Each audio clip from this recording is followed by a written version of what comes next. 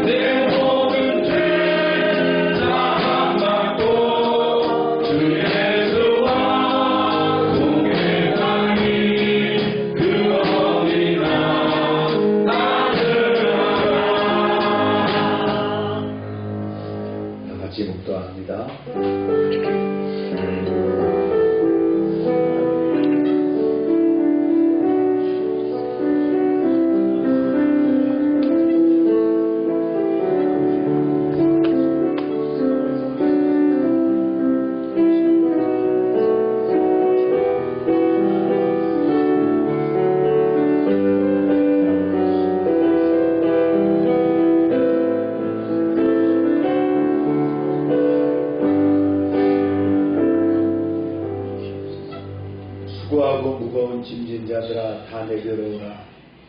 내가 너희를 쉬게 하리라.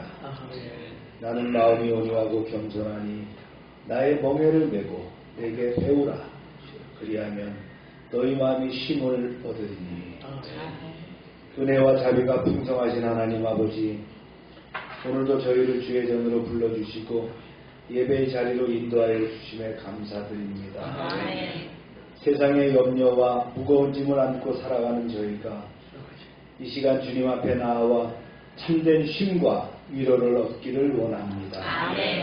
상한 심령을 어루만지시고 지친 영혼을 새롭게 하시며 메마른 마음 위에 하늘의 은혜를 부어 주옵소서. 아멘. 특별히 이 시대를 돌아볼 때 여전히 멈추지 않는 전쟁과 갈등 속에서 많은 이들이 고통 가운데 신음하고 있음을 봅니다.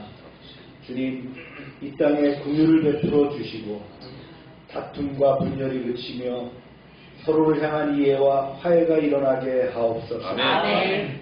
전쟁의 소식이 멈추고 평화를 노래하는 날이 속히 임하게 하여 주옵소서. 아멘. 주의 공의와 사랑이 온 땅에 충만히 흐르게 하옵소서. 아멘. 오늘 드리는 이 예배를 통하여 하나님의 은혜가 충만히 공급되게 하시고 우리의 심령이 회복되어 새 힘을 얻게 하옵소서. 아멘. 모든 순서 위에 성령께서 함께 하시어 찬양 가운데, 말씀 가운데, 기도 가운데 하나님의 살아계심을 깊이 경험하는 시간이 되게 하옵소서. 아멘. 예수님의 이름으로 기원하옵나이다. 아멘.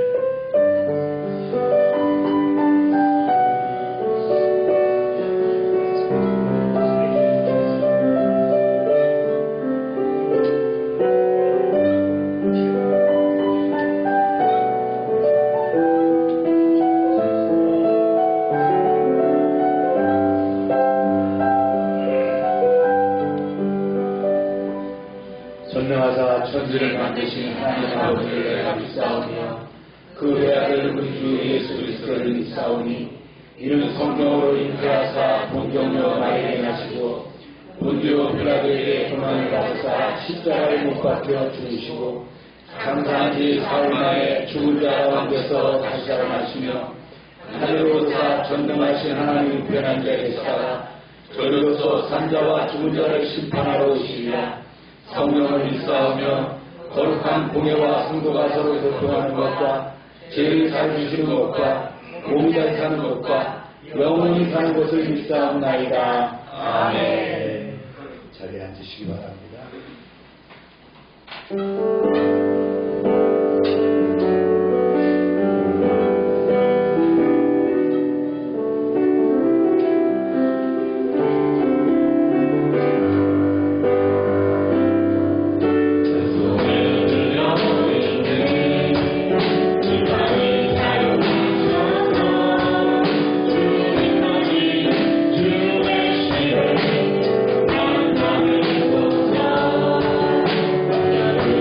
Bye.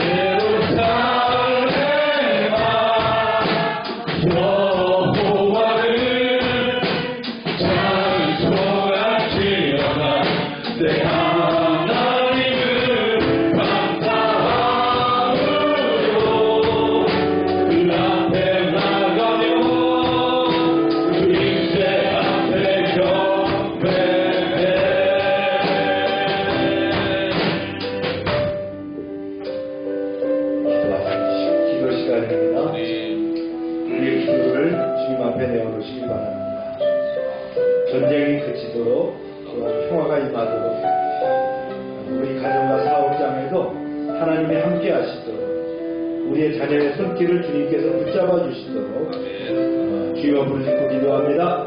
주여.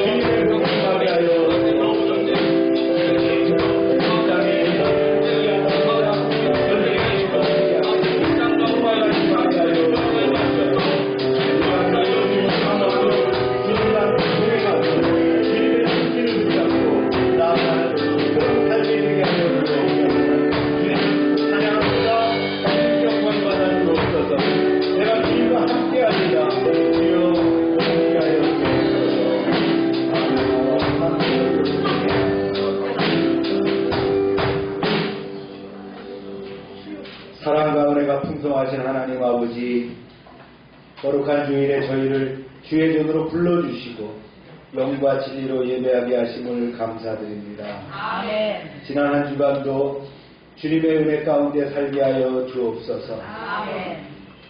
저희의 삶을 돌아보며 여전히 부족하고 연약한 모습이 많았음을 고백합니다.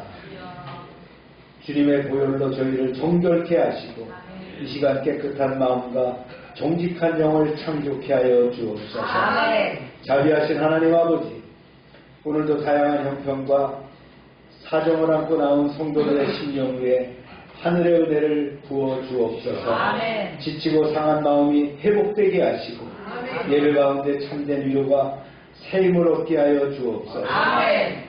열방교회 선교사역 가운데 힘주시고 현지 선교사들을 안전하게 보호하시며 사역이 왕성하게 일어나서 열매 맺게 하여 주옵소서. 아멘. 제주도 서귀포에서 직무교육 중에 있는 강수정 집사를 기억하시고 교육의 모든 일정 가운데 건강을 지켜주시고 아멘. 맡겨진 과정을 잘 감당하고 은혜 가운데 마치게 하여 주시옵소서. 아멘. 군복무 가운데 있는 홍교와 치훈이를 위해 기도합니다.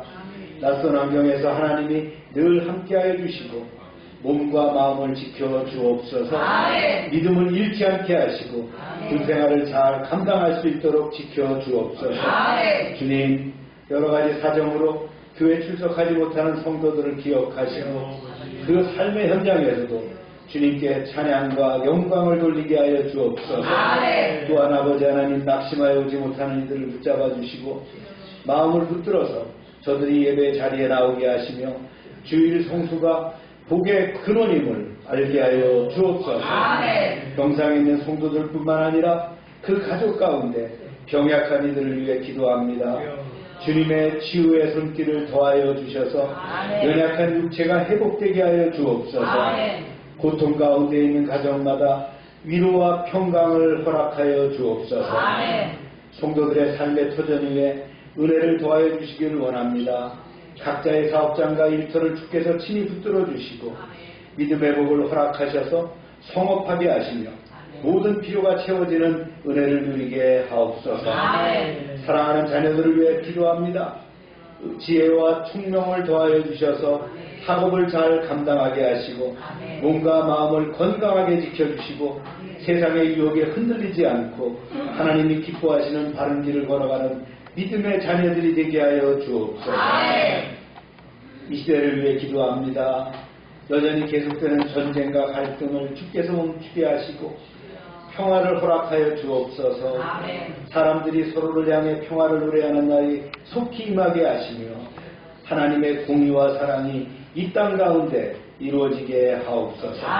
오늘 선포되는 말씀 위에 성령의 기름 부음이 넘치게 하시고 말씀이 살아 역사하여 우리의 삶을 변화시키고 순종으로 이어지는 은혜가 있게 하여 주옵소서. 예배의 모든 순서를 주님께 맡겨드립니다. 홀로 영광받아 주옵소서. 예수님의 이름으로 기도합니다.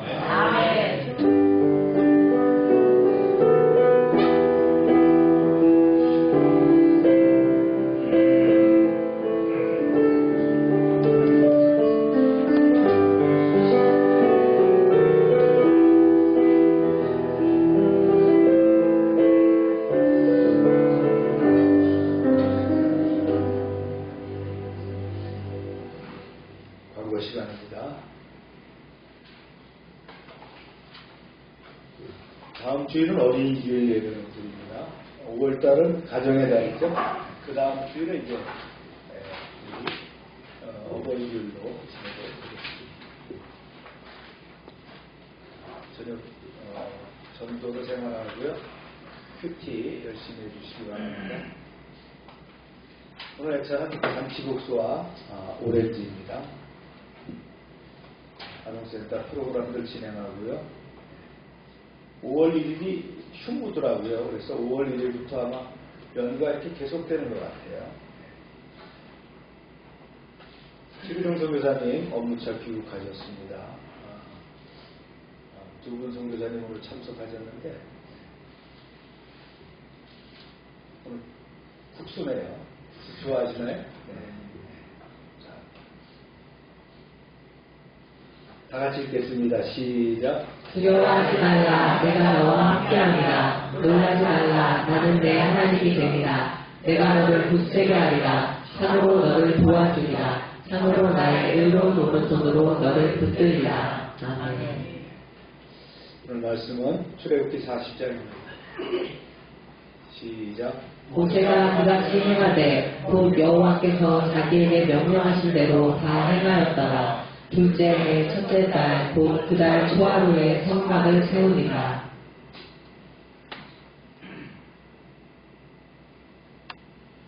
모세와 아론과 그 아들들이 거기서 수족을 쉴 때 그들이 회막에 들어갈 때와 제단에 가까이 갈 때에 씻었으니 여호와께서 모세에게 명령하신 대로 되니라. 그는 또 성막과 제단 주위들에 포장을 치고 뜰문에 회전을 다니라. 모세가 이같이 역사를 마치니 낮에는 여호와의 구름이 성막 위에 있고 밤에는 불이 그 구름 가운데에 있음을 이스라엘의 온 족속이 그 모든 행진하는 길에서 그들의 눈으로 보았더라. 아멘. 하나님 말씀을 준비하게 하심을 감사합니다. 종에게 주신 말씀을 선포할 때에 종의 생각과 종의 뜻을 가지고 전하는 것이 아니라 하나님의 성령에 나타난 능력으로 증거하게 하여 주옵소서. 아멘. 듣는 이가 하나님의 말씀을 통해서 힘을 얻게 하시고 아버지 하나님이 인도하시는 그 방향을 알게 하실 뿐만 아니라 힘차게 나갈 수 있는 그런 동력이 되게 하여 주옵소서. 아멘. 예수님의 이름으로 기도합니다. 아멘. 카메라로 찍었을 때에 이게 우리 등이 나와요. 그래서 한번 꺼봤습니다. 한번 시험해보고요. 극장마다도 집중이 잘 되죠. 네. 여러분들이 전방만 잘 주시면 되니까 이렇게 진행하도록 하겠습니다.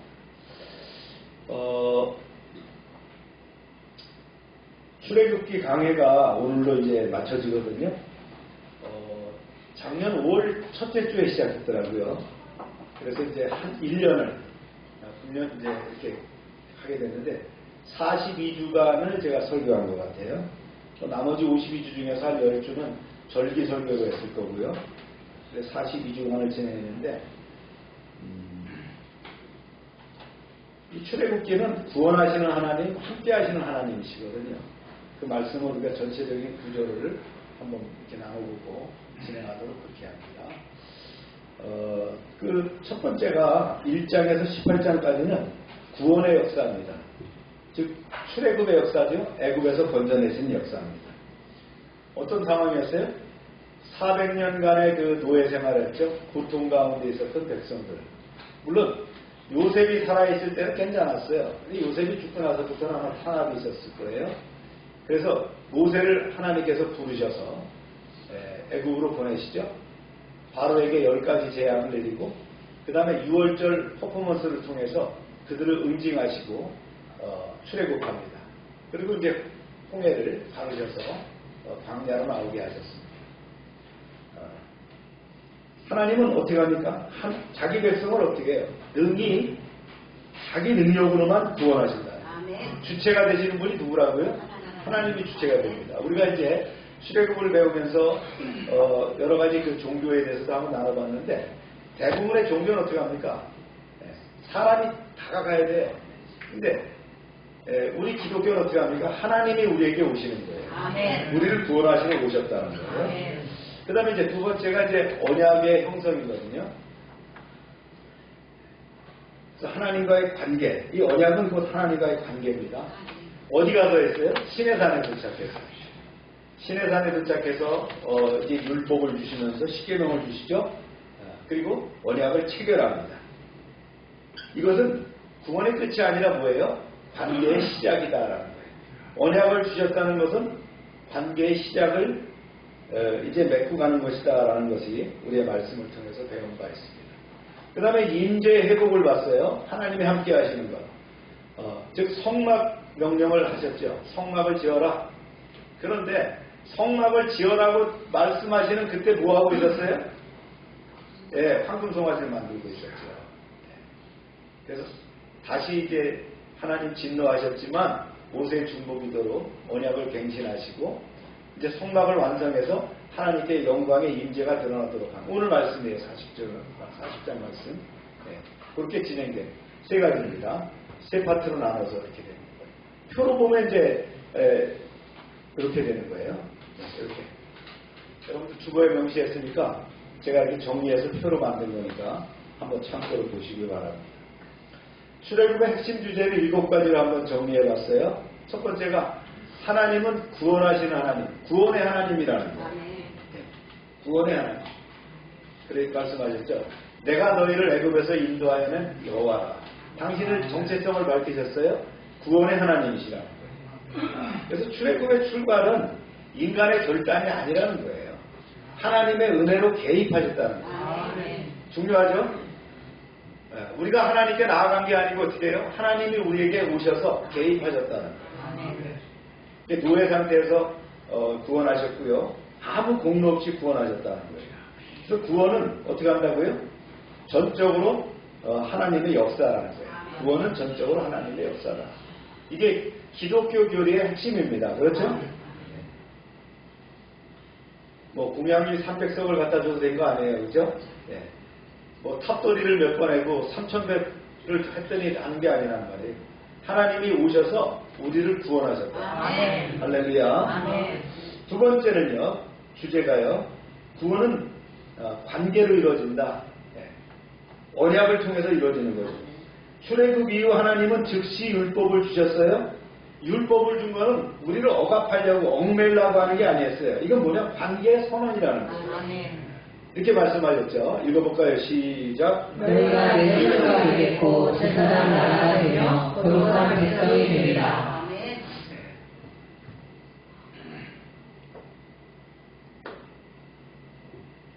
하나님은 단순히 구원하시는 분만이 아니라 뭐라고요? 관계를 맺기 원한다. 굉장히 중요한 그 메시지를 주시는 거예요. 내가 너를 구원했을 뿐만 아니라 너는 내 자녀야. 내가 내 아버지야. 내가 내 여호와야. 이렇게 밝히시는 분이라는 거예요. 그 다음에 세 번째는요. 하나님은 뭘 요구하시냐면 거룩을 우리에게 요구하셨어요. 그래서 율법과 제사는 하나님의 거룩하심을 드러내는 행위라는 거예요. 즉 이거는요. 아무렇게나 하나님 앞에 나와서는 안 된다는 거예요. 구별성입니다. 이게 바로. 네. 정결하게 순서를 지켜서 규례에 따라서 하나님께 나아오라는 거예요. 그래서 구원받은 백성은 거룩한 삶으로 어떻게 합니까? 구원을 받게 됩니다. 할렐루야. 네 번째, 인간은 그런데 계속해서 실패하죠. 그 대표적인 사건이 뭐라고요? 황금송아지 사건이라는 거예요. 아론이 변명했죠. 뭐라고 했어요? 모세, 자네도 알지만 백성들이 얼마나 참 영악하나. 내가 금을 가져오라 그래서 금을 불에다 던졌더니 뭐가 나왔다고요? 네. 엉뚱한 얘기를 하고 있죠. 그죠? 실수를 한다는 거예요. 인간은 그렇습니다. 은혜를 받고도 우상숭배하는 거예요. 그래서 검은 머리는 어떻게 한다고요? 네, 거두지 말란 말이 그래서 나왔어요. 은혜 받고도 우상숭배를 하는 거예요. 기다리지 못해요. 이게 본성에 조금만 기다리면 될 텐데 기다리지 못하고 우상을 만들고 있더라는 거예요. 그렇습니다. 인간은 스스로 하나님을 끝까지 따를 수 없는 존재예요. 바울은 뭐라고 고백했습니까? 의인은 없다 그랬죠. 다 죄인이라 그랬어요. 그리스도의 보혈이 아니면 우리를 구원할 바가 없다는 거예요. 할렐루야.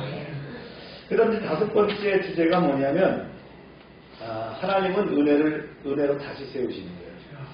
어쩌면 주님은 별일도 없는 것 같아요. 그렇죠? 그렇게 실망을 했는데도 또 우리를 사랑하시는 거예요. 그게 감사죠. 몇 번을 용서할 수 있다 그랬어요? 네, 무한대입니다. 그렇죠? 무한대로 용서하실 수 있다 그랬어요. 금송아지 사건 이후에도 하나님은 언약을 깨지 않으셨어요. 네. 새로 돌판을 만들라 그래서 거기다 또 십계명을 적어주셨고요. 네.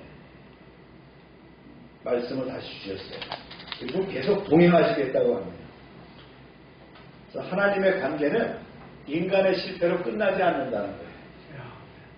그래서 하나님은 늘 우리를 붙잡아 주시는 분이라는 거예요. 아멘입니까? 여섯 번째가 이제 성막을 만들라고 하셨어요. 우리가 성막에 대해서 많이 배웠어요. 하나님의 임재 중심. 하나님이 왜 성막을 만드셨느냐? 내가 그들 중에 거할 성소를 그들이 나를 위하여 지으라는 거예요. 내가 너희와 함께 하겠다라는 거예요. 성막은 사실 출애굽기의 결론과 같은 얘기거든요. 그래서 하나님이 우리 가운데 거하시며 예배와 임재의 중심이 되는 것이 뭐라고요? 성막이라는 거예요. 이 모형이 지금 이 시대의 교회가 됐고 우리 안에 성령이 거하시는 거예요. 아멘입니까? 출애굽의 목적이 뭐냐? 함께 하시겠다. 그래서 주님의 이름이 뭐라고요? God is us. 임마누엘이라는 거예요. 할렐루야. 이제 일곱 번째 오늘 말씀이거든요. 임재는 하나님의 임재는 인도하십니다. 네. 오늘 이제 마지막 장에서 보면 낮에는 뭘로요? 구름으로, 밤에는 불로 인도하시는 거예요. 하나님은 단지 계시는 분이 아니라 어떤 분이라고요? 우리를 이끌어 가시는 분이에요. 우리를 드라이브해 가시는 분이에요. 할렐루야. 그렇습니다.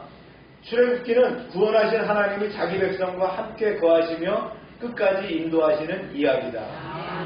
제가 42번의 설교를 이렇게 이제 오늘 이제 출애굽기를 마치게 되는데 제가 이제 A4지로 쓴 걸로 보니까 한 700장 정도가 되더라고요. 여러분들이 또 이렇게 쭉 한번 지나왔는데 주보를 또 스크린하면서 여러분들 한번 상기해 보시기 바랍니다. 이제 오늘 말씀으로 돌아갈게요. 출애굽기 40장입니다. 40장으로 이제 한번 돌아볼게요. 출애굽기 40장은 이제 마지막 장으로서 여기서는 어떤 얘기가 나오냐면 건축을 완공한 얘기, 성막 건축을 완공한 얘기가 되거든요. 그래서 하나님이 말씀하신 대로 성막을 세우는 순종을 했고요. 그 다음에 성막과 기구들을 질서 있게 배치했어요. 즉 예배를 준비했다는 거예요. 성막을 짓고 예배를 준비하고 그때 뭐가 있다고요? 성령 충만이 임하게 됐다. 성령이 임하는 그런 사건. 네. 이 말씀이 오늘의 말씀이다. 네. 이제 강의를 시작합니다. 네. 하나님의 말씀하신 대로 성막을 세우는 순종입니다. 모세야, 너는 정월 초하루에 성막을 세우도록 해라. 이렇게 말씀합니다. 읽어볼까요? 시작. 여호와께서 모세에게 말씀하여 이르시되 너는 첫째 달 초하루에 성막 곧 회막을 세우고. 네. 성막 준공식에 대한 명령입니다. 준공식이에요. 준공식에 대한 명령. 네. 그래서 성막은 언제냐면요. 출애굽한 지 제2년차 1445년 BC 정월 초하루 아비멸 1월 1일에 세워지게 되는 거예요. 이때 이스라엘 백성이 애굽에서 나온 지 정확하게 11개월 15일 지났어요. 그리고 그들이 시내산에 도착한 지 9개월 15일이 됐을 때예요. 시내산에 도착한 후에 모세는 두 번에 걸쳐서 40일 동안 시내산 정상에 올라가서 하나님께 율법을 부여받습니다. 또한 성막에 관한 계시를 받았어요. 그 뒤 준비 기간을 거쳐서 비로소 성막을 짓기 시작했다는 거예요. 그러므로 본격적으로 성막을 짓기 시작한 날로부터 6개월 후쯤에 성막이 최종 완공됐다는 것을 볼 수 있는데 그 6개월 동안 누가 주축이 됐다 그랬어요? 두 사람이 있었어요. 부살렐과 오홀리압의 중심으로. 이들을 포함한 성막 기술자들이 최선을 다해서 땀 흘려서 성막 일에 매질을 했어요. 그 결과 이제 하나님께서 말씀하실 때가 왔죠. 네. 이런 말씀입니다. 시작. 또 저에 들여놓고 그 휘장으로 그 배에 달리고 또 산을 들여놓고 그 위에 물품을 질서하고 등잔대에 들여놓아 불을 켜고 또 금상단이 성벽의 앞에 두고 성막 문에 휘장을 달고. 하나님은 지성소와 성소에 들여놓을 기물들에 대해서 말씀하시죠. 그 말씀에 따라서 지성소에 법궤를 안치해야 했고 성소에 분향단과 등잔대와 진설병을 안치해야 했고 지성소와 성소는 지성소 휘장을 쳐서 구분했고 성소와 성막들은 성소 휘장을 쳐서 구분했다는 거예요. 이게 모형으로 보면 이런 모양입니다. 그리고 이제 또 말씀을 계속하는 거예요. 시작. 또 번제단을 회막의 성막 문 앞에 놓고 또 물두멍을 성막과 제단 사이에 놓고 그 속에 물을 놨고 또 뜰 주위에 포장을 씌고 뜰 문에 휘장을 달고. 이제 하나님이 성막들에 놓일 기물들과 성막 사방을 둘러칠 울타리 휘장에 대해서도 말씀하셨어요. 이 말씀에 따라서 이제 성막들에는 번제단과 물두멍이 놓여야 했고요. 즉 성소 휘장 입구에는 물두멍, 그 물두멍 뒤에는 성막과 동쪽 그 정문 앞에 뭐가 있어요? 번제단이 놓여졌다는 거예요. 그리고 울타리가 사방에 둘러쳐졌고요. 이 성막들을 일반 백성과 그 구역과 이게 구분을 지었다는 거예요. 그래서 하나님이 또 말씀하셨어요. 뭘 말씀하시냐면 관유에 대해서 말씀하셔요. 시작. 또 관유를 가져다가 성막과 그 안에 있는 모든 것에 발라 그것과 그 모든 기구를 거룩하게 하라. 그것이 거룩하리라. 너는 또 번제단과 그 모든 기구에 발라 그 안에 거룩하게 하라. 그 제단이 지극히 거룩하리라. 너는 또 물두멍과 그 받침에 발라 거룩하게 하고. 네. 관유는 뭘로 만든다 그랬어요? 1번 참기름, 2번 콩기름, 3번 올리브유. 네, 올리브유에다가 뭘 섞어서 썼어요? 거기 성경이 명시가 되어 있어요. 어떤 향을 섞어라. 근데 이거 만들어갖고 너희 집에서도 써라 그랬어요? 쓰지 말라 그랬어요? 네, 구별했다. 이건 성소에서만 쓴다. 그래서 모든 기물에다가 다 바르고 심지어는 누구에게도 기름 부었죠? 제사장들에도 기름을 부었어요. 그 까닭이 뭐라고요? 오늘 말씀에 나왔어요. 어떻게 하려고? 네, 향기롭게 하려고? 네, 거룩하게 하려고. 네, 기름 부음은 거룩함입니다. 자, 우리가 직분자를 세울 때 어떻게 합니까? 안수하죠. 이게 안수가 기름 부음이에요. 그렇죠? 그래서 우리 교회 집사들은 어떻게 세웠어요? 안수해서 세웠어요. 그래서 무슨 집사라고요? 안수 집사예요. 네, 기름 부음이 있다라는 거예요. 목사들 세울 때도 어떻게 합니까? 네, 목회자들이 와서 기름 부어줍니다. 안수를 통해서 세워주는 거예요.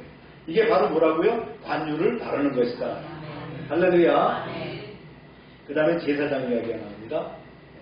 시작. 너는 또 아론과 그 아들들을 회막문으로 데려다가 물로 씻기고 아론에게 거룩한 옷을 입히고 그에게 기름을 부어 거룩하게 하여 그가 내게 제사장의 직분을 행하게 하라. 네, 물로 씻기는 정도는 뭐예요? 깨끗하게 씻겼어요.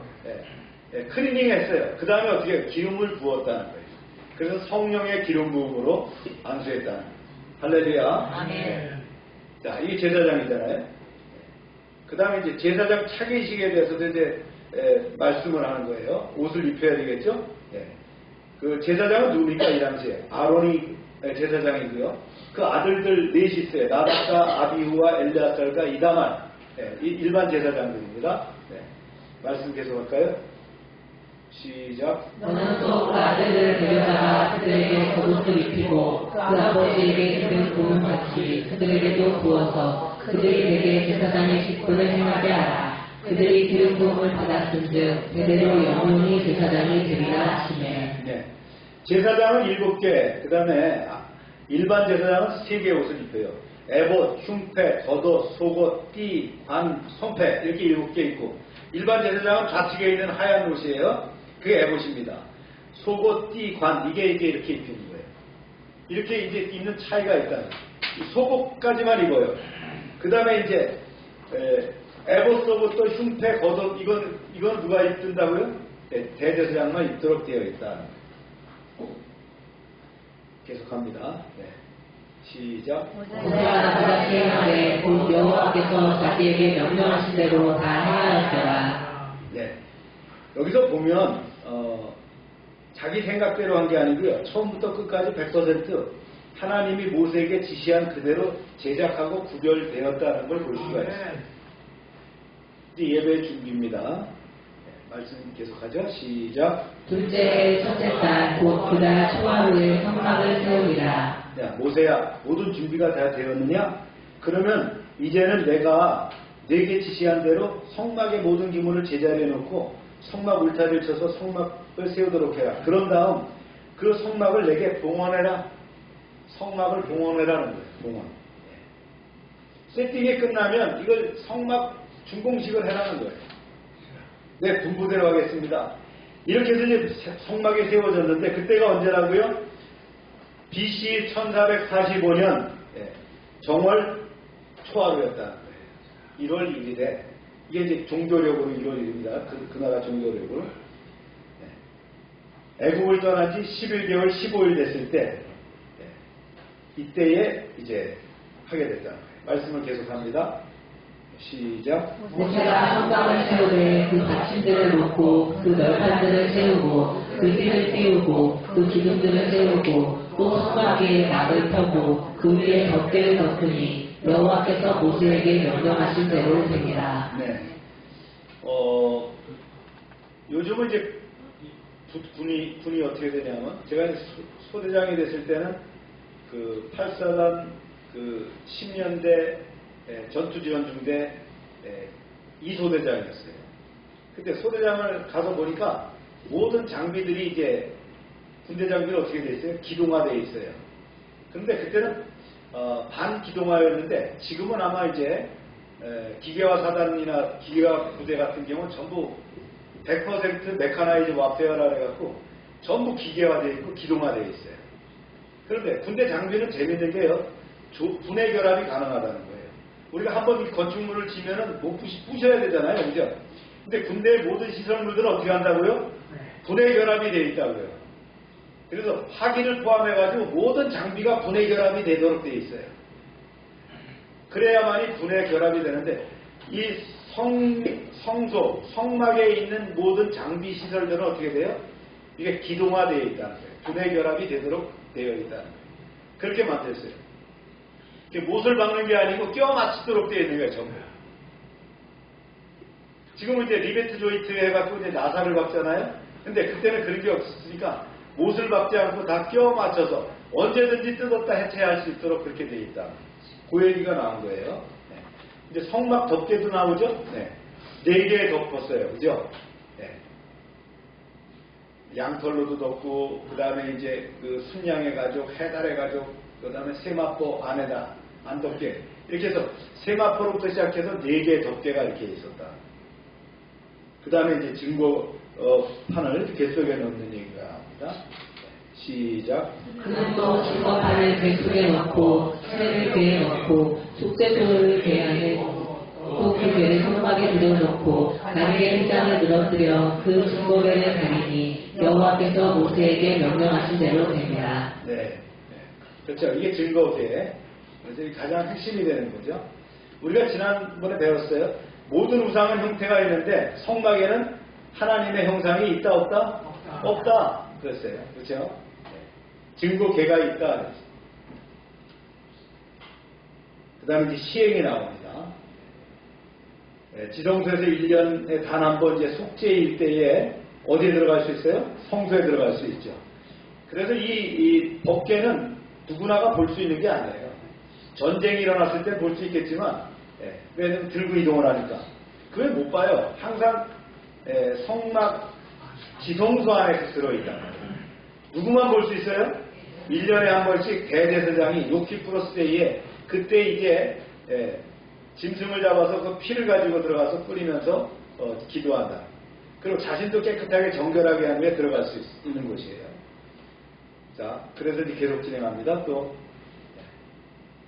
시작. 그는 또 해마다는 곧 성막 북쪽으로 휘장 밖에 상을 놓고 또 여호와 그 산 위에 떡을 증설하니 여호와께서 모세에게 명령하신 대로 되니라. 그는 또 해마다 곧 성막 남쪽에 등잔대를 놓아 산과 마주하게 하고 또 여호와 앞에 등잔대에 불을 켜니 여호와께서 모세에게 명령하신 대로 됩니다. 네, 여기 이제 아까 지성소 나왔던 성소를 얘기하는 거예요. 여기 뭐뭐 들어간다 그랬어요? 분향단이 들어가고요, 진설병, 떡상이 들어가고요. 그 다음에 불을 밝히는, 그렇죠? 촛대가 들어가게 돼 있다. 그게 이제 방향이다 했어요. 여기서 방향이 어떻게 생각하냐면 성소의 방향은 무슨 쪽으로 놓는다? 우리는 남양집을 선호하잖아요. 그죠? 성소는 어디를 보고 지은다? 동쪽입니다. 동쪽. 그래서 이쪽이 동쪽인 거예요. 그럼 저쪽에 법궤 있는 쪽이 북쪽이 되겠죠. 무슨 말씀인지 아시겠죠? 그러면 떡 있는 쪽이 어디예요? 떡 있는 쪽이 서쪽이고, 그 다음에 저쪽이 동쪽이 되는 거예요. 그래서 우리도 그렇죠. 옛날에 그런 말이 있어요. 남주 북편. 서울에서 그랬어요. 북편. 북쪽에는 떡을 먹고 부자들이 살아서 남쪽에는 술을 마셨어요. 그게 남주 북편 이런 얘기가 있었어요. 그래서 떡은 어디에 있다고요? 북쪽에 있고, 그 다음에 촛대는 어디 쪽에 있어요? 남쪽에 있겠죠. 그 다음에 법궤는 어느 쪽이에요? 서쪽에 있으면 그 다음에 이제 입구 쪽이 동쪽이 된다. 이렇게 이제 여러분들 방향 감각을 좀 아시면 되겠어요. 중요한 건 아닙니다. 대략 그렇게 배치가 되는구나 이렇게만 아시면 되겠어요. 그 다음에 계속 시작. 그가 또 동향단을 해바라는 휘장 앞에 두고 그 위에 향기로운 향을 차르니 여호와께서 모세에게 명령하신 대로 됩니다. 그는 또 성막문에 휘장을 달고, 향을 뭐 아무거나 피라고 안 했어요. 향도 뭐 피라는 거 우리가 배웠죠. 그 다음 말씀 계속합니다. 시작. 또 해막의 성막 문 앞에 번제단을 두고 번제와 수제를 그 위에 드리니 여호와께서 모세에게 명령하신 대로 되니라. 그는 또 물주먹을 해막과 제단상에 두고 거기 씻을 물을 담으니라. 모세와 아론과 그 아들들이 거기서 수족을 씻되 그들이 해막에 들어갈 때와 그 잔에 가까이 갈 때 씻었으니 여호와께서 모세에게 명령하신 대로 되니라. 네, 지시하신 대로 번제단과 물두멍을 안치를 했어요. 물두멍은 제사하기 전에 정결의식을 하는 것이죠. 씻는 것이에요. 그 다음에 이제 제사장들이 성소에 들어갈 때나 번제단에 나아갈 때 먼저 어떻게 한다고요? 늘 물두멍의 물로 자기 손발을 씻고 들어갔다. 그렇게 하면 어떻게 해요? 죽음을 연치 못한다라고 성경에 나와 있는 거예요. 그 다음에 이제 33절입니다. 이렇게 이제 전체적인 그림, 이 사진 그때 찍어놓은 게 없어요. 죄송하게도. 그때는 그런 게 없었죠? 성경에 나온 내용을 가지고 이제 이렇게 그림을 그린 거예요. 또 저걸 저렇게 실제 만들어서 이제 있는 박물관도 있더라고요.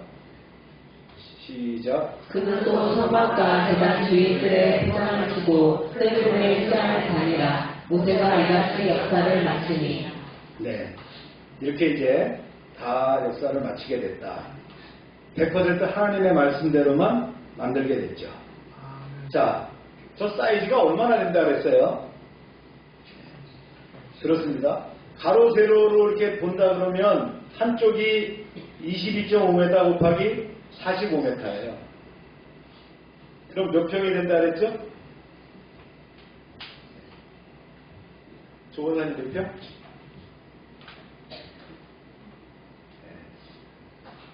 뭐 우리 성도님들이야 뭐 다 기억할 것만 기억하겠죠. 300평입니다. 300평. 우리 예배당 우리 건물이 그 100평이에요. 네, 그러니까 300평이면 우리 교회 3배에 된다 이렇게 생각하면 되는 거예요. 큰 거 아닙니다. 그렇죠? 그 안에서 재물도 잡아야 되고요. 그렇죠? 제사장들이 왔다 갔다 해야 되고요. 아주 복잡한 그런 곳이 아주 핫한 곳이죠. 그래서 이제 모세가 기도했겠죠. 주님, 지시하신 대로 성막을 세우고 성막 기물들을 완성했습니다. 이제 이 성막을 주님께 바칩니다. 기쁘게 받아주십시오. 이렇게 기도를 했어요. 이제 여기 이제 성령에 이제 충만하게 임하는 거예요. 그때 어떻게 했다고요? 봉헌 기도가 끝나자 빽빽한 구름이 성막에 덮였다는 거예요. 그 다음에 하나님의 영광이 성막 안에 가득하게 됐다. 할렐루야. 나중에 보면 그 성경에 그런 얘기도 나와요. 다윗이 기도할 때 뭐가 떨어졌어요? 하늘에서? 불이 떨어져서 제물을 태웠어요. 그렇죠? 또 솔로몬이 성전을 이제 고정식 성전을 완공했을 때에 첫 제사를 지낼 때 하늘에서부터 불이 제물에 떨어졌어요. 그렇죠? 근데 여기서 어떻게 했다고요? 빽빽한 구름이 성막에 덮였다. 그런 얘기. 자, 말씀 볼까요? 시작. 구름이 성막에 덮이고 여호와의 영광이 성막에 충만하매 모세가 성막에 들어갈 수 없었으니 이는 구름이 성막 위에 덮이고 여호와의 영광이 성막에 충만함이었으며. 네. 그래서 구름은 종종 하나님의 인재를 나타내기도 한다. 네. 그래서 우리 찬송가에도 구름 타고 주님이 오신다 그랬죠. 세컨드 카밍 할 때. 그렇죠? 네. 자, 그러면서 이제 말씀을 한번 또 볼까요? 시작. 자, 시작. 구름이 성막에서 떠오를 때에는 이스라엘 자손이 그 모든 흑진하는 길에 앞으로 나아갔고 구름이 떠오르지 않을 때에는 떠오르는 날까지 나아가지 아니하였으며. 네. 성막에 뒤덮은 그 구름이 성막 위로 떠오르면 이스라엘 백성들이 장막을 걷어서 가나안을 향해서 갈 준비를 했고 구름이 떠오르지 않으면 그대로 머무르고 있었다는 거죠. 그 다음에요. 네, 마지막 말씀인데요. 네, 시작. 낮에는 여호와의 구름이 성막 위에 있고 밤에는 불이 그 구름 가운데 있음을 이스라엘 온 족속이 그 모든 행진하는 길에서 그들의 눈으로 보았더라. 하나님께서 왜 성막을 만들라고 하셨어요? 첫 번째 이유, 가장 첫 번째 이유는 뭐예요? 우리 가운데 거하시겠다는 거예요. 그럼 우리 가운데 거하시면 뭘로 보여줘야 될 거 아니에요? 그것이 구름으로 보여주시고 밤에는 뭘로요? 불기둥으로 보여준다. 자, 이동할 때도 마찬가지입니다. 햇빛이 쨍쨍 내리는데 구름 기둥이 앞에 가면서 햇빛을 막아주고 밤에는 어떻게 해요? 불기둥이 있어서 따뜻하게 해주고 그래서 광야에서 사시게 했다. 이게 하나님의 은혜입니다. 네. 자, 이렇게 해서 전체 이렇게 말씀이 이제 종료가 되는 말씀이에요. 여기서 이제 시내산에서 이걸 다 만들고 나서 성막을 만들고 준공식을 하고 한 50일이 지나고 난 다음에 이제 민수기가 시작되면서 그 구름이 떠오르게 되는 거예요. 그래서 이제 걷어서 이동하는 얘기가 나옵니다. 또 여러분들하고 또 민수기를 제가 또 설교할지는 또 모르겠습니다만 다음 주 설교는 디모데 전후서로 넘어가겠습니다. 오늘 말씀을 요약합니다. 40장 요약입니다. 하나님이 명하신 대로 성막을 세웠다는 거예요. 하나님은 모세에게 첫째 달 초하루에 성막을 세우고 각 기구를 정확한 위치에 배치하도록 명령하셨어요. 그리고 모세는 이 모든 일을 여호와께서 명령하신 대로 행하며 성막 건축의 핵심이 뭐예요? 인간의 기술이 아니라는 거죠. 하나님의 말씀에 대한 철저한 순종이었다는 거예요. 내 마음대로 만들었다는 게 아니에요. 하나님이 시키는 대로 만들었다는 거예요. 두 번째, 질서 있는 준비는 예배가 됐다는 거예요. 예배 공간을 이제 세팅하게 됐죠. 그래서 모세는 성막을 세운 후에 언약궤로부터 물두멍에까지 정해진 순서에 따라서 기구를 배치하고 또 제사 준비를 완료했다는 거예요. 이건 뭐예요? 하나님께 드리는 예배가 즉흥적이 아니라 어떻게 했다고요? 거룩한 질서와 준비 속에서 이루어져야 한다. 이방의 제사는 그런 게 없어요. 그러다 보니까 지네 마음대로 드리는 거예요. 춤추고 술 먹고 가물하고 그런 난잡한 행위가 거기서 벌어지고 이게 예배로 봤다는 거예요. 자, 세 번째, 하나님의 영광이 성막에 충만했죠. 성막이 완성되자 여호와의 영광이 충만하게 임하고 이게 뭐예요? 구름과 불로 백성들에게 보이셨다는 거예요. 그러니까 백성들이 보는 거예요. 불기둥, 구름기둥. 하나님께서 함께 하신다 이거 말하는 거예요. 이는 하나님이 단순히 구원하신 것이 아니라 그들 가운데 거하시며 삶을 인도하시기 위해서 구원하셨다는 것을 나타내는 것입니다. 할렐루야. 오늘 핵심 주제를 좀 잠깐 짚어보고 넘어가죠. 여호와께서 명령하신 대로 순종했다는 거죠. 이게 순종의 철학입니다. 신학이에요. 그래서 출애굽기 40장에는 이 표현이 반복되죠. 순종한다, 그대로 했다는 거예요. 이것은 하나님과의 관계에서 가장 중요한 것이 뭐라고요? 순종이라는 거예요. 근데 순종은 선택이 아니라 하나님의 임재의 조건이라는 거예요. 하나님이 기름 부으실 때, 하나님이 내게 나타나실 때, 나와 함께 하실 때, 나를 터치하실 때 뭐가 있어요? 순종이 선행돼야 된다. 자, 두 번째 하나님의 임재입니다. 이게 구원의 목적이거든요. 이스라엘의 출애굽은 단순히 해방이 아니에요. 내가 그들 중에 거할 성소를 짓게 하라는 성취예요. 그래서 하나님은 우리를 구원하신 이유가 뭐라고요? 함께 하시겠다. 구름과 불로 인도하시는 하나님이시죠. 구름은 이게 머무르는 이동의 기준이 되는 거예요. 구름이 뭐예요? 뜨면 이동하고 머물리면 스탑하는 거예요. 그래서 하나님의 임재는 단순한 위로가 아니죠. 삶의 방향을 결정하는 기준이 되는 거예요. 우리도 이게 기준이 돼야 되는 거예요. 그렇죠? 그럼 좀 더 이제 우리가 말씀 가운데서 좀 나눠보도록 그렇게 하겠습니다. 자, 오늘 말씀의 이제 적용과 통찰을 넘어가서요. 총 마무리를 짓겠습니다. 오늘 말씀은요. 순종할 때 임하는 하나님이시거든요. 그래서 사람들은 하나님의 임재를 경험하기를 원해요. 수십 년 동안 교회를 왔다 갔다 해도 뭐만 밟고 가요? 교회 무턱만 밟고 가는 거예요. 그렇죠? 그러면 안 되겠죠. 그러나 성경은 분명히 말합니다. 하나님의 임재는 우연히 임하는 것이 아니라 말씀에 대한 뭐 할 때요? 순종 위에 임한다는 거예요. 그래서 출애굽기 40장은 그 진리가 가장 명확하게 보여주는 말씀인데요. 성막이 세워지고 모든 것이 하나님의 명령대로 이루어졌을 때 비로소 하나님의 영광이 그 가운데 충만했다는 거예요. 그래서 오늘 첫 번째 메시지가 뭐냐? 순종하는 공동체 가운데 임하신다. 순종하는 사람에게 임하신다. 자, 16절 말씀 볼까요? 시작. 모세가 그날에 일하되 곧 여호와께서 자기에게 명령하신 대로 다 하였다. 네. 모세는 자신의 생각이나 경험을 따라서 행동하지 않았어요. 철저하게 하나님의 말씀대로 순종합니다. 오늘 말씀에 보면 반복되는 표현이 뭐라고요? 여호와께서 명령하신 대로. 그래서 군대 가면 뭘 시켜요? 공명 복장을 시킵니다. 어떤 상급자가 얘기를 하게 되면 네 알겠습니다. 무엇을 시행하겠습니다. 이렇게 공명 복장을 하는 거예요. 특히 작전 가운데 상급자가 지시했어요. 너는 180고지를 점령하라. 이렇게 명령을 했는데 따르게 알고 280고지로 가면 딴 데 가잖아요. 그렇죠? 그러면 안 되니까 공명 복장이 중요하다. 그래서 항상 당범정도 지휘관이 시킬 때 커피 가져와. 네, 커피 가져오겠습니다. 이렇게 공명 복장하는 거예요. 그게 군대식이에요. 이렇게 했다는 거예요. 철저하게 순종했다는 거예요. 그래서 하나님 관계에서 가장 중요한 건 뭐예요? 능력도 열심도 아니라는 거예요. 뭐라고요? 순종하는 거라는 거예요. 그래서 우리는 신앙도 마찬가지입니다. 부분적인 순종이 아니에요. 절대 순종이에요. 조건적인 순종이 아니에요. 이해가 안 돼도 순종하는 거예요. 우리 그 사랑이 이정대 목사 둘째 사랑이가 이제 미국서 킹더가든이라는 거죠.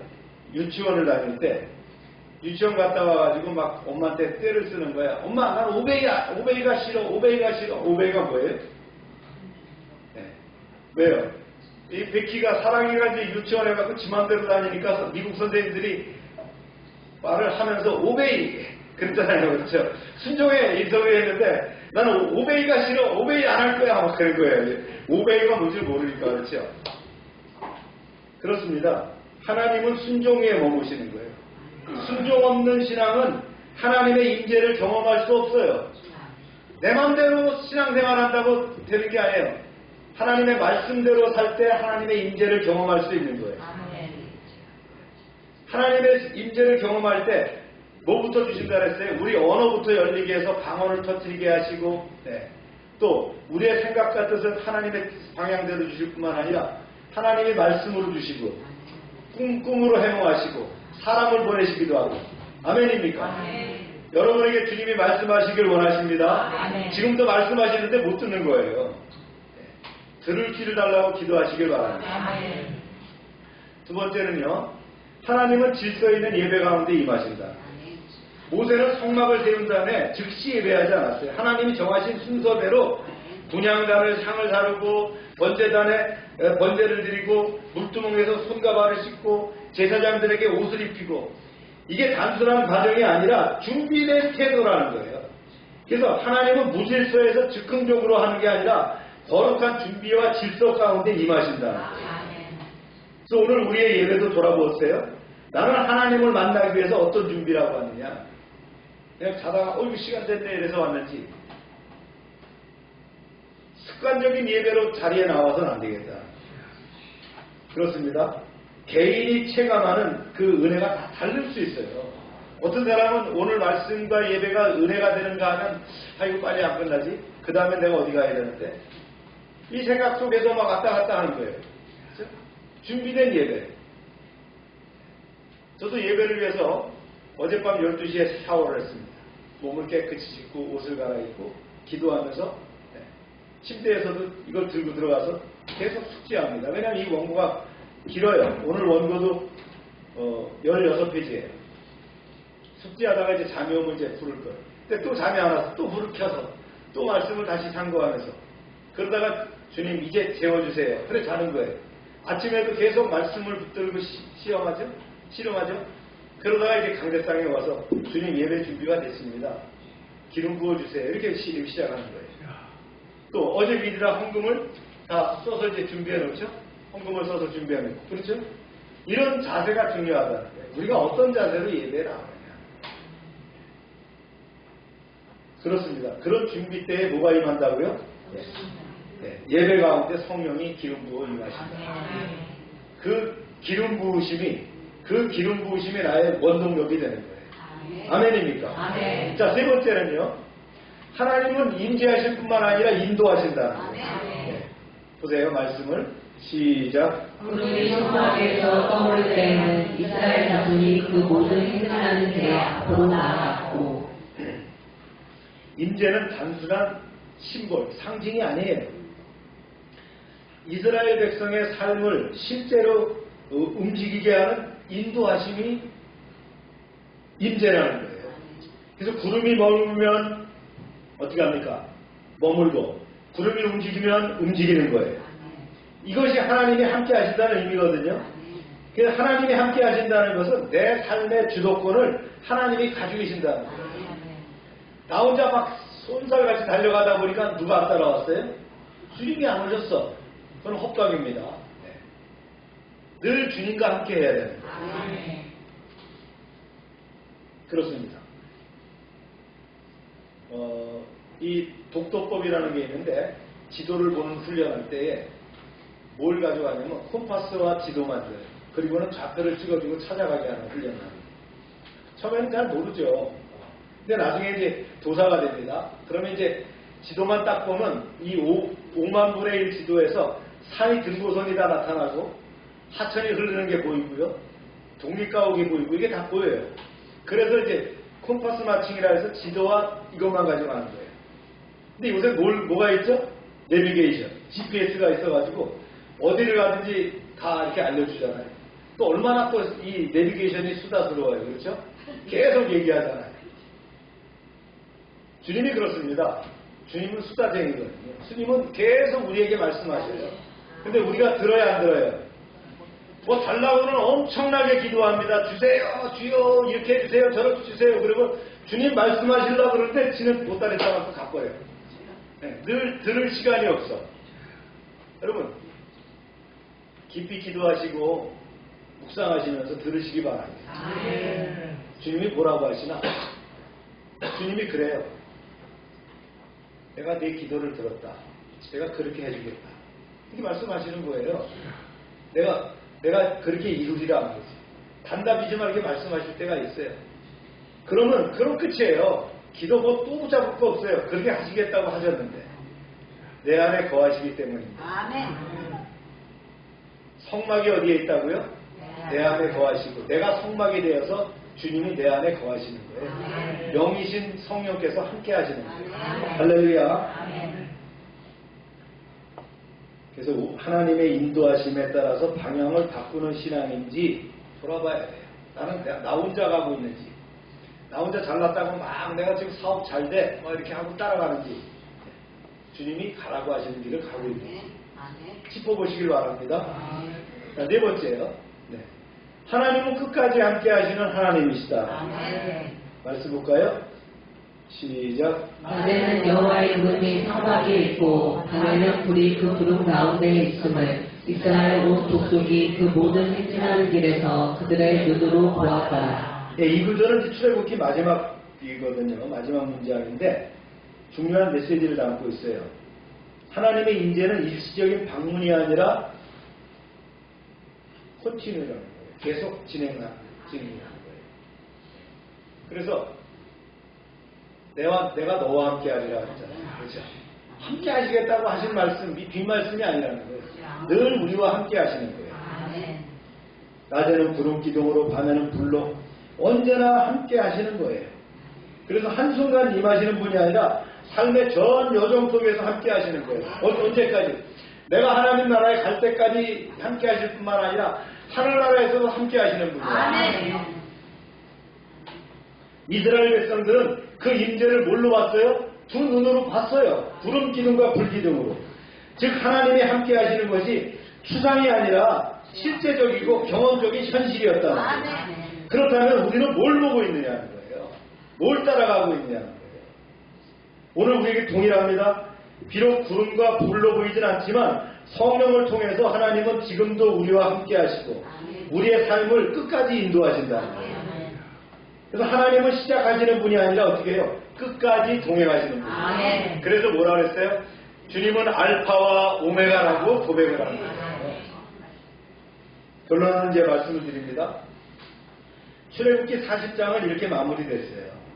성막이 세워지고 백성이 하나님의 말씀에 순종하자 하나님의 영광이 그 가운데 임했어요. 그리고 그 임재는 그들의 삶을 인도하는 구름 기둥과 불 기둥으로 되었어요. 끝까지 함께하는 뭐가 됐다고요? 동행이 되었다는 거예요. 오늘 우리의 삶도 마찬가지입니다. 우리가 말씀에 순종할 때 하나님은 우리 가운데 임하시고 우리의 삶을 인도하시면서 끝까지 함께 하십니다.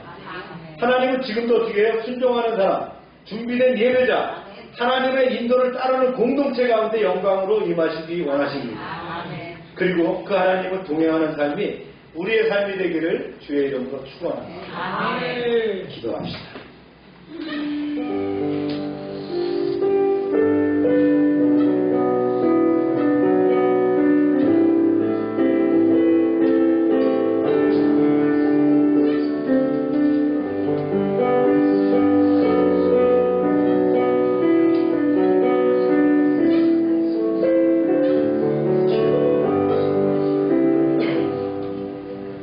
거룩하신 하나님 아버지, 지난 1년 동안 출애굽의 말씀을 통해 우리를 구원하시고 언약을 맺으시며 마침내 우리 가운데 거하시기를 원하시는 하나님의 마음을 깊이 깨닫게 하시니 감사드립니다. 애굽의 종되었던 이스라엘을 건져내신 것처럼 죄와 세상 가운데 있던 우리를 구원하여 주시고 하나님의 백성 삼아주신 은혜를 찬양합니다. 주님, 출애굽기 40장의 말씀처럼 순종하는 백성 가운데 임하시는 하나님을 기억합니다. 우리의 신앙이 형식에 머무르지 않게 하시고 말씀에 온전히 순종하는 삶이 되게 하옵소서. 우리의 예배가 습관이 아니라 하나님을 진심으로 맞이하는 거룩한 예배가 되게 하시고 우리의 삶이 하나님의 인도하심을 따라가는 믿음의 여정이 되게 하옵소서. 금송아지 앞에 넘어졌던 이스라엘처럼 우리도 연약하여 흔들릴 때가 많지만 그럼에도 불구하고 다시 세우는 하나님의 은혜를 붙들게 하옵소서. 성막 가운데 임하신 하나님의 영광처럼 오늘도 우리의 삶과 공동체 가운데 하나님의 임재가 충만하게 하시고 우리가 하나님이 거하시는 거룩한 처소가 되게 하옵소서. 낮에는 구름으로 밤에는 불로 인도하셨던 것처럼 우리의 모든 삶의 길을 주께서 친히 인도하여 주시고 우리가 우리의 길이 아니라 하나님의 길을 따르게 하옵소서. 끝까지 인도하시는 하나님을 신뢰하며 어떤 상황 속에서도 흔들리지 않는 믿음을 주시고 우리의 삶이 하나님과 동행하는 삶이 되게 하여 주옵소서. 구원하신 하나님, 언약을 이루시는 하나님, 함께 거하시는 하나님을 찬양하며 예수님의 이름으로 기도합니다.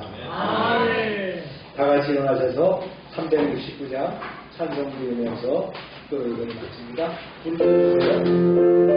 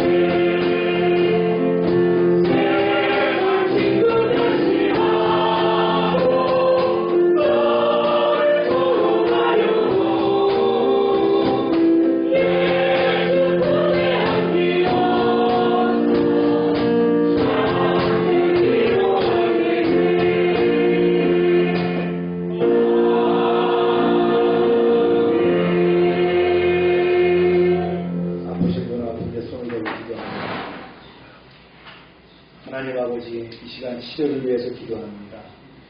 저희는 약하고 부족하지만 하나님이 함께 하실 때에 치료받을 줄로 믿습니다. 주님의 능하신 손으로 만져 주시옵소서. 예수 이름으로 명령한다. 모든 질병은 떠나가고 깨끗하게 날지어다. 더럽고 추한 것들은 다 떠나가라.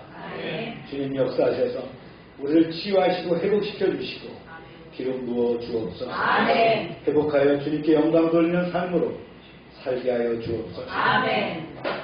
날마다 넘치게 하시는 구원의 은총에 감사드리며 저희들에게 주신 것을 구별하여 하나님께 드립니다.